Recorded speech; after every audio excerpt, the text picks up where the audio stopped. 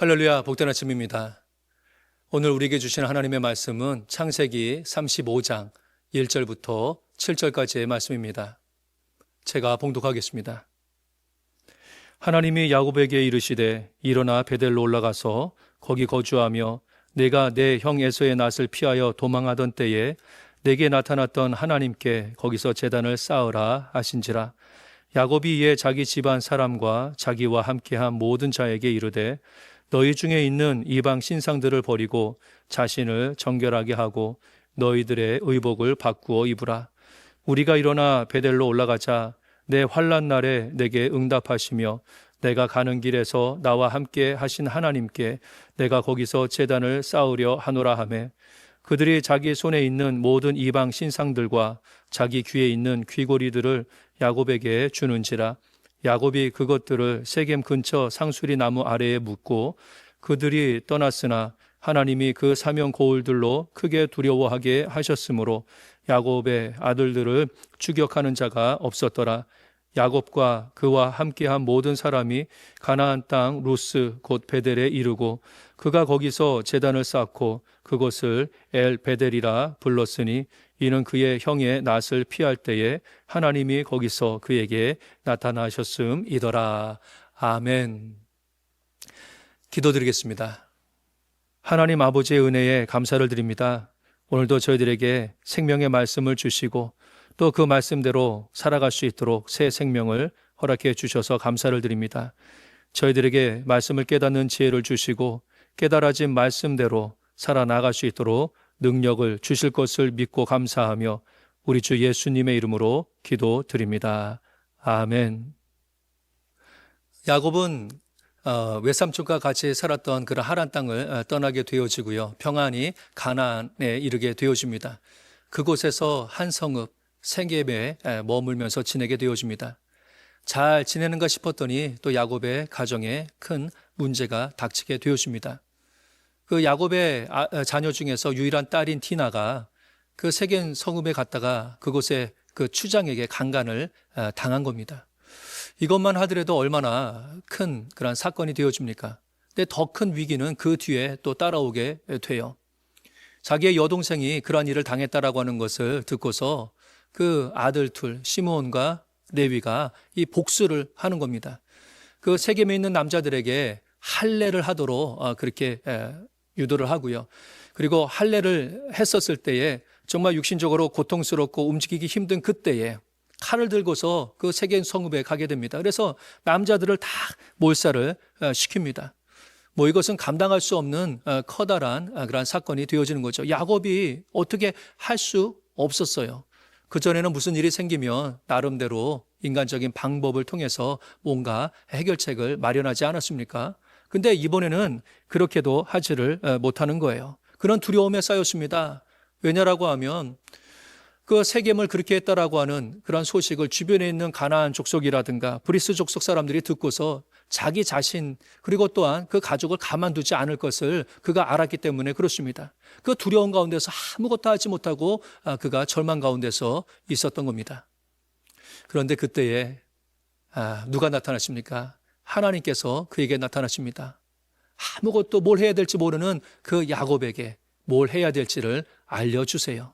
바로 그것은 일어나 베델로 가서 거기에 거주하면서 하나님께 제단을 쌓으라. 이렇게 말씀하는 겁니다. 그의 그 위기의 순간에 바로 하나님께서 나타나시는 거예요. 이로써 야곱이 그때서야 깨닫습니다. 내 인생의 환난 가운데서 하나님께서 함께 하셨음을 그가 그때서야 깨닫게 되어져요. 그래서 그가 그 사람들을 모아놓고 베델로 같이 올라가서 제단을 쌓아야 된다. 그 얘기를 할 때에 그에게 속한 사람들에게 이렇게 하나님을 소개합니다. 내 환난 날에 내게 응답하시며 내가 가는 길에서 나와 함께 하신 하나님. 그의 환난 때마다 하나님께서는 야곱과 함께 하셨습니다. 바로 형 에서를 피해서 도망갈 때 베델에서 그 환난의 때에 처음으로 만나 주셔서 그와 함께 하시며 그를 도와주셨지요. 뿐만 아니라 하란 땅에서 떠나갈 때에 그 외삼촌 라반이 야곱을 해하려고 막 뒤쫓아 왔습니다. 그런데 그의 꿈에 나타나셔서 이 야곱과 선악간에 그거 다투지 말아라, 그거 이야기하지 말아라, 이렇게 하나님께서 꿈에 나타나셔서요, 이 라반이 야곱을 해하지 않아요. 하나님께서 바로 야곱을 또한 보호해 주셨던 거죠. 에서가 400명의 장정을 거느리고서 이 야곱에게로 오게 되어집니다. 야곱이 너무 두려웠어요. 답답했습니다. 그럴 때에 야복강이 홀로 남아 있었을 때에 하나님께서 여호와의 사자를 보내시죠. 그래서 여호와의 사자가 야곱과 또 씨름을 하게 되어집니다. 그리고서 야곱에게 축복을 하게 되어져요. 그래서 에서와 야곱이 화해하는 극적인 일들이 일어나게 되었던 것이죠. 그런데 지금 세겜에서 그 야곱의 일생에 있어서 가장 커다란 그런 환난, 위기가 되었던 것이거든요. 근데 그때에도 하나님께서는 여지없이 나타나셔서 그의 할 바를 알려주시는 것을 볼 수가 있는 것입니다. 바로 베델로 올라가라. 베델로 올라가라. 그게 무슨 의미가 있겠습니까? 베델로 올라가서 그 함께 하셨던 하나님을 기억하며 하나님 앞에 제사를 드려라라고 하는 것. 그러니까 그동안 이 야곱과 그 가족들은요, 세겜에 살면서 제사를 제대로 드리지 못했어요. 그 제사를 회복하라라고 하는 겁니다. 그것도 단순히 베델에 잠깐 들려서 제사 드리고 또 떠나라, 그게 아닙니다. 오늘 말씀 보면 베델에 거주하며 하나님께 제단을 쌓으라, 이렇게 말씀합니다. 그러니까 제단이 회복되어지는 거예요. 그것을 하나님께서는 원하고 계셨던 것이죠. 하나님과의 관계가 회복되어지기를 하나님께서는 원하셨던 겁니다. 야곱은 지금 주변의 사람들이 자기를 죽일까 봐 두려워했는데 하나님께서 지금 급하게 여기시고 중요하게 여기시는 것은 그거 해결하는 것이 아니라 바로 제단을 쌓는 제사의 삶이 회복되어지고 하나님과의 관계가 회복되어질 것을 말씀하고 있는 겁니다. 야곱이 그때서야 하나님 앞에 제사 드리러 가야지 라고 하는 그런 결심을 하게 되어집니다. 그런데 그렇게 결심을 하고 나니까 문제가 있어요. 하나님 앞에 제사를 드릴 만한 그러한 합당한 그런 상태가 아닌 것을 그가 깨닫게 되어집니다. 그래서 사람들을 모아서 이제 우리가 제단을 쌓으러 가야 되는데 그 이방 신상을 우리가 버려야 돼. 그리고서 너희들을 정결케 해야 돼. 그리고 의복을 바꿔야 돼. 그러면서 그렇게 지시를 하게 되어집니다. 그렇습니다.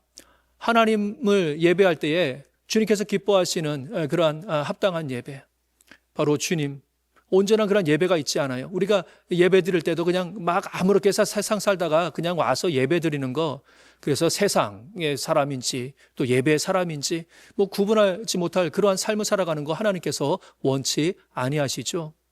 야곱이 지금 그러한 상태예요. 그 전에는 문제가 될 거라고 생각을 안 했는데 제사를 드리려고 하다 보니까 자신의 삶이 얼마나 제사를 드리는 삶과 멀어졌는지를 그가 깨닫게 되어집니다. 제대로 제사하기 위해서 그가 세 가지를 이야기를 합니다. 이것은 예배 드리는 자들에게도 또 필요한 알아야 될 그런 내용이 됩니다. 먼저 버려라라고 하는 겁니다. 이방 신상을 버려라, 그렇게 이야기하고 있어요. 세겜에 얼마나 많은 우상들이 있었겠습니까? 그곳에서 살다 보니까 맨 처음에 그 우상에 대한 호기심이 있게 되어지고 또 취하게 되어지는 겁니다. 그거 버려라라고 하는 거예요. 특별히 야곱이 사랑하는 라헬, 그는 아버지 라반으로부터 그 집안의 수호신인 드라빔을 훔쳐서 가져오지 않았습니까? 근데 그전에는요, 그게 별 문제가 되지 않았어요. 뭐 우상 신상을 가지고 있든지 아니면 드라빔을 가지고 있든지 그게 문제가 되지 않았었는데 이 야곱이 하나님 앞에 제사를 드리려고 하다 보니까 이게 잘못된 것을 또 그때서야 깨닫고 그거 버리라고 하는 명령을 내리게 되어지는 것이죠. 그렇습니다. 우리가 하나님을 예배하기 위해서는 바로 하나님이 아닌 다른 그러한 우상과 같은 그러한 것들을 다 버려야 되는 그러한 절차가 있어야 되는 것이죠. 오늘날 예배를 드리는 사람들에게도 마찬가지입니다. 예배를 드릴 때에 나는 정말 하나님만을 나의 진정한 그러한 신으로 모시고 또 순종하는 삶을 살아가고 있는가라고 하는 것, 섬기는 삶을 살아가고 있는가, 이것을 점검해야 되는 거죠. 이 세상에 얼마나 많은 우상과 같은 그런 존재가 있습니까? 어떨 때는 사람이 우상이 됩니다. 그래서 하나님보다 자녀를 더 사랑하는 그러한 우상과 같은 그런 존재로 만들기도 하고, 하나님의 도우심보다 이 세상의 권력자들을 더 믿고 신처럼 받들어서 살아가는 그런 사람들도 있지요. 재물이 신이라고 여기고서 살아가는 사람들이 얼마나 많이 있습니까? 하나님 말고 다른 것을 신과 같은 존재로 섬기는 것, 이것을 다 내려놔야 됩니다. 이것을 다 버려야 되는 거죠. 그럴 때에 하나님을 진정으로 예배하는 예배자의 삶을 살아갈 수가 있는 겁니다. 하나님께서 쌓기를 원하는 제단, 예배는 바로 그러한 제단이, 그러한 예배가 되어지는 것이죠. 버려야 될 것이 있으십니까? 우리가 버려야 되는 것입니다. 그럴 때에 예배를 잘 드릴 수가 있는 거죠. 그리고 야곱은 말합니다. 자신을 정결하게 하라라고 하는 거죠. 세겜에 살면서 그들의 육적인 삶은 뭐 어땠는지 모르지만 영적으로 봤었을 때에 그들은요, 여러 가지 그러한 이방의 죄된 그러한 문화 가운데서 영적으로 오염된 그러한 삶을 살았던 것이죠. 하나님의 말씀대로 순종하면서 살아가는 그러한 거룩한 삶을 살아야 되는데 그렇지 못했던 것입니다. 그럴 때 정결케 되어야 된다라고 하는 것, 이것을 말하고 있는 것이죠. 예배드리는 자는 정결해야 되는 것입니다. 세상의 더러운 죄를 따라서 살아가는 것이 아니라 하나님 앞에 예배 잘 드리기 위해서 바로 하나님의 말씀대로 정결한 삶을 살아가는 삶, 그러한 삶을 살아가서 하나님 앞에 예배 드릴 때에 하나님께서는 그것을 기뻐하시는 거고, 또 예배 드리는 우리도 또 정말 큰 기쁨이 되는 것이죠. 그리고 또 그가 세 번째로 이야기를 합니다. 의복을 바꾸어 입어라, 이렇게 합니다. 의복이라고 하는 것, 옷이라고 하는 것은 자기의 정체성을 드러내지요. 그 사람이 어떠한 옷을 입었는가, 그걸 통해서 그 사람이 어떠한 일을 하는가, 어떠한 상태인가, 이것을 알 수가 있습니다. 그런데 이 야곱과 그에게 속한 사람들, 세겜에 살면서 그들의 옷이요, 그냥 세겜 사람, 이방 사람들의 그러한 옷을 입고서 그냥 평범하게 살아갔던 것이지요. 바로 이방의 문화와 가치들, 이것을 따라서 살아가는, 그래서 그 세겜 사람들, 그 사람들이 그 사람들을 닮아가는 그러한 삶을 그들이 살게 되었던 거지요. 근데 하나님을 믿는 백성들은 세상을 닮아가는 그러한 삶을 살아가는 것이 아닙니다. 하나님을 닮아가고, 우리 또 우리 믿음의 성도들은 바로 예수님을 닮아가는 예수의 옷을 입는 그러한 사람이 되어지는 것이죠. 로마서 13장 14절에 오직 주 예수 그리스도로 옷 입고, 이렇게 말씀하고 있습니다. 예수 그리스도로 옷 입고 정욕을 위하여 육신의 일을 도모하지 말아라. 세상 사람들, 바로 육신의 일을 도모하는 그러한 옷을 입고서 살아가지만, 우리 하나님을 믿는 그러한 이들은요, 예수 그리스도로 옷 입어서 정결한 삶, 거룩한 삶을 살아가야 되어지는 것입니다. 바로 야곱이 하나님 앞에 제사를 제대로 드리려고 하니까 이런 것들이 걸려서 바로 주님을 예배를 잘 드리기 위해서 이러한 지시가 있었던 것처럼, 우리도 예배를 잘 드리기 위해서는요, 바로 정결하고 또한 성별되어지고 주님만을 섬기는 그러한 예배의 자세를 가져야 되는 것이죠. 이제 야곱이 이렇게 지시를 집안에 있는 사람들에게 이야기를 했었을 때에 사람들이 가지고 오는 거예요. 이방 신상들 가져오고, 또 귀고리를 또 가져와서 야곱에게 줍니다. 이 귀고리 같은 거 그냥 장신구, 치장하는 그런 액세서리 정도가 아니라 여기에 그 이방 우상, 그런 것들을 이제 만들어서 달고 다니기도 했고요. 또 이상한 또 문구도 달고 다니고 그랬습니다. 이게 다 이방적인 문화들이거든요. 그거를 그냥 세겜에서 그거를 다 묻어두고 옵니다. 하나님을 제사하려고 베드로 갈 때에 그거를 세겜 근처 상수리 나무에다 다 묻어두고, 그래서 깨끗한 모습을 가지고서 하나님을 예배하기 위해서 베델로 향하게 되어지는 겁니다. 그리고 또 감사한 것은요, 이렇게 하나님을 제사하러 오는 그 야곱과 그 가족, 하나님께서 그 뒤에서 그들을 보호해 주셨다라고 하는 거예요. 야곱이 두려워했던 것 중에서 하나가 세겜 사건으로 인해서 그 주변에 있었던 그런 사람들이 자기들을 죽일 것이다라고 하는 그런 두려움이 있었지 않았습니까? 그런데 정작 그 반대의 일이 일어나요. 바로 그것은 세겜의 사건을 듣고서 그 주변에 있었던 그러한 가나안 브리스 족속 이 사람들이요, 이 야곱을 두려워하게 되었어요. 그래서 야곱을 추격하려고 하는 생각을 하지를 못하게 되어지는 것이죠. 예배드리는 자, 가져야 될 그런 확신이 있습니다. 하나님께서 나를 돌보신다라고 하는 것이고 책임져 주신다라고 하는 겁니다. 그 가운데서 담대하게 여호와 하나님 앞에 예배하는 삶을 살아야 되어지는 겁니다. 뭐 예배 드릴 때에 이것저것 걱정해서 나오는 그런 거 아니지요. 하나님 앞에 나올 때에 내가 무슨 손해를 볼 거, 염려할 거, 뭐 이런 거 걱정해서 예배 드리는 거 막 주저하고 그런 것이 아닙니다. 담대하게 주님 앞에 맡기고서 나오게 되어지는 것이죠. 그럴 때 주님께서 주시는 그러한 평강이 있게 되어집니다. 또한 주님께서 돌보아 주시는 그 은혜를 경험하게 되어지는 것이죠. 야곱은 위기 때마다 하나님의 간섭으로 그 위기를 면면하게 되었습니다. 하나님은 세겜에서 야곱이 정말 큰 최대의 환난을 맞이했었을 때에 베델로 부르십니다. 제사하도록 하시죠. 거주하면서 하나님 앞에 제사하는 그 삶을 회복해야 된다, 이렇게 말씀하고 있습니다.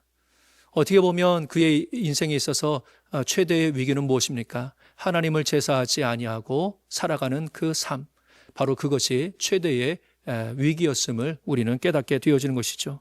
우리의 삶에도 마찬가지입니다.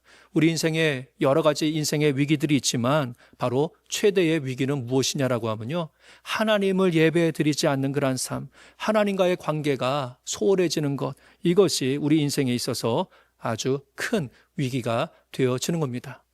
우리는 하나님을 찾는 그러한 삶을 살아야 되어지는 것이죠. 여러 가지 우상이 만연한 이 세상에 하나님을 나의 유일한 그러한 하나님으로 고백하지 아니하면요, 그 인생은 망할 수밖에 없는 것입니다. 이 땅에 죄가 만연해서 정말 오염된 이 세상에 하나님의 말씀, 하나님의 뜻대로 살아가는 정결한 삶이 없으면요, 우리는 죄 가운데서 망할 수밖에 없는 것입니다.